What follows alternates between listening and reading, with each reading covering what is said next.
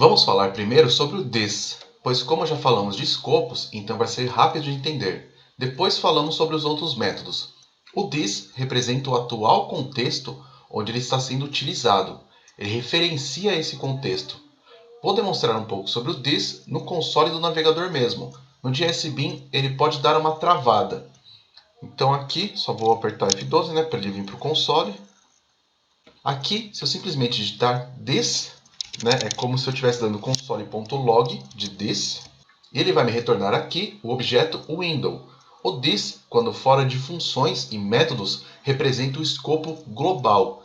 Tanto que, se eu atribuir aqui this.nome igual a Gabriel, e eu chamar aqui o window.nome, ele me retorna aqui o meu nome que eu criei. Dentro de uma função, o this pode representar contextos diferentes. Se eu criar uma função que dá um console log no this, ele vai me retornar o objeto window. Já se eu atribuir essa função a uma propriedade de um objeto, então o contexto do this será essa função. Então aqui rapidamente, se eu criar aqui uma function teste,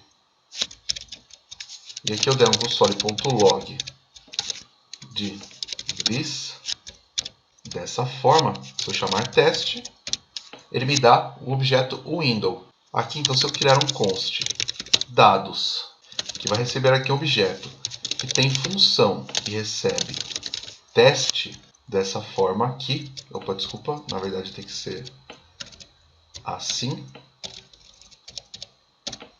Se eu chamar dados.função, this vai representar então o meu objeto aqui com a minha função.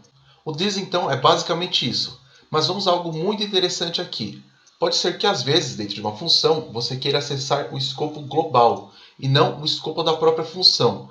Como você poderia fazer isso? Você pode fazer utilizando arrow functions. Você sabe que é uma arrow functions, né? É uma forma mais concisa de escrever uma função. Ele é mais como um syntax sugar, mas ele também muda a forma que utilizamos o this. Então vamos escrever uma função teste utilizando uma arrow function. Nela vamos dar um console log do this.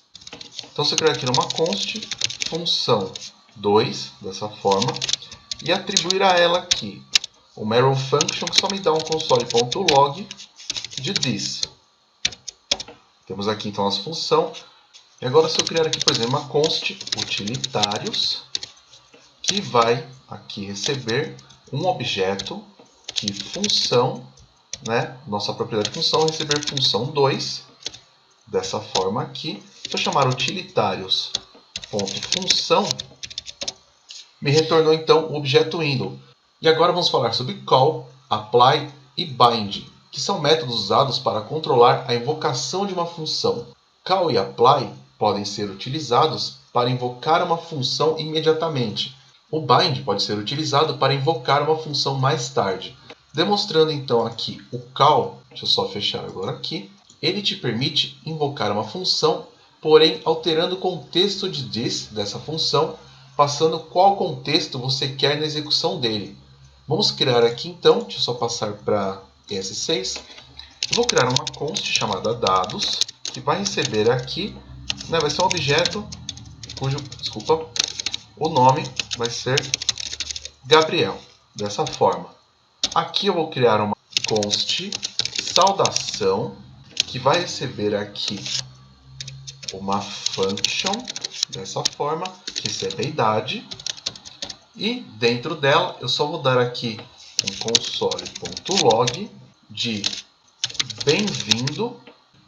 Aqui, vou colocar this.nome, sua idade é idade, dessa forma aqui. Então ele vai dar um console log nesse string, bem simples. E agora para a gente utilizar o call aqui, é bem fácil. Eu posso dar aqui um saudação, que é a nossa função, ponto call. E o primeiro parâmetro que ele recebe aqui é o contexto que eu quero passar, o novo contexto. Eu não quero mais que o contexto de this seja a minha função de saudação. Eu quero que o contexto de this seja aqui o contexto dos meus dados. Então, dados e depois os parâmetros que aceitam essa função. Que no caso aqui, 28, minha idade. Se eu rodar agora, Bem-vindo, Gabriel, sua idade é 28. Então aqui eu estou chamando uma função, porém alterei o contexto dela de this, passando qual contexto eu quero. No caso de dados, então, this.meu contexto aqui, que é em dados, existe a minha propriedade nome. Com isso, então, eu tenho aqui o meu call. E agora que a gente vai falar sobre apply, né? Eu só vou modificar esse código aqui, eu vou copiar ele, porque é bem parecido, até a forma que são utilizados não é tão diferente. Só que o que eu vou fazer aqui? Eu vou criar um const argumentos que vai receber aqui um array com 28. E a única coisa que eu mudo aqui é apply, coloco como apply e passo aqui então argumentos.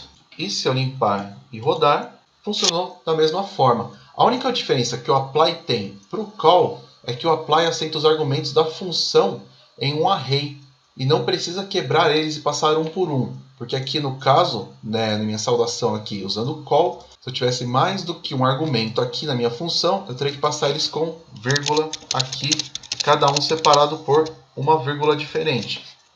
Então, esse foi o nosso apply. E agora aqui, finalmente, falando sobre o bind, vamos ver aqui o seguinte código. Eu vou copiar basicamente tudo aqui. E aqui a gente vai utilizar uma boa parte disso. Só que aqui eu vou criar uma constante chamada de bound, né? Seria de bind. E aqui eu vou dar saudação.bind dados. Aqui eu posso apagar os argumentos. Aqui na verdade eu nem preciso desses argumentos aqui em cima, eu posso excluir. E aqui então eu posso chamar bound, passando então 28, a minha idade.